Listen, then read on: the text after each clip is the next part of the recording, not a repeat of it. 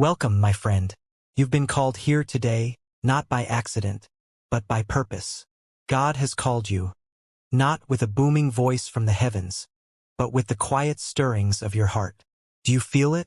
That gentle nudge, that whisper urging you to pause, reflect, and ask, why am I here? Too often, we chase after answers in the noise of the world, forgetting that clarity comes in stillness. I wasn't always a monk. There was a time when I, too, sought fulfillment in busy days and fleeting pleasures. But life, in its infinite wisdom, brought me to my knees, not in despair, but in surrender. It was in that surrender that I began to listen. Let me share a story with you. Long ago, a wise teacher gave his students a simple task: to sit silently by a river and observe. Hours passed. Some students grew restless, others bored. But one student noticed something extraordinary.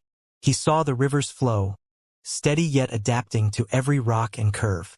When asked what he had learned, he replied, "Life is like this river.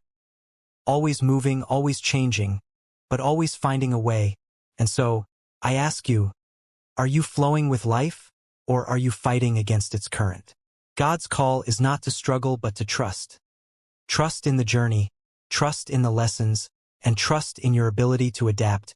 Imagine this flame is your life. It's small, fragile, and yet it holds the power to light up the darkest room. How do you nurture it? By feeding it with intention. Each day you're given a precious gift, time. But how often do we waste it on things that dim our light? Here's a practice I learned early in my journey. At the end of each day, I ask myself 3 questions. What did I do today that aligned with my purpose? What did I do that took me away from it? And how can I do better tomorrow? It's not about perfection. It's about progress.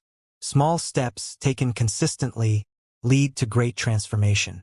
Even a mighty tree begins as a tiny seed. What seeds are you planting today? This flower reminds me of a woman I met during my travels. She had faced immense suffering, loss, illness, betrayal. Yet, she smiled with a light that seemed unbreakable. When I asked her how she found peace, she said, "I stopped asking why this happened to me and started asking what it's teaching me." Her words stayed with me.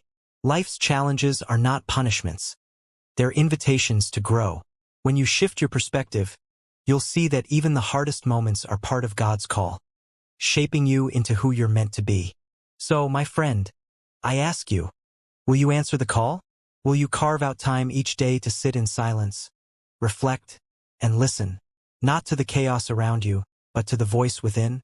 Will you prioritize what truly matters, love, kindness, and purpose? Remember, the call is not about doing more.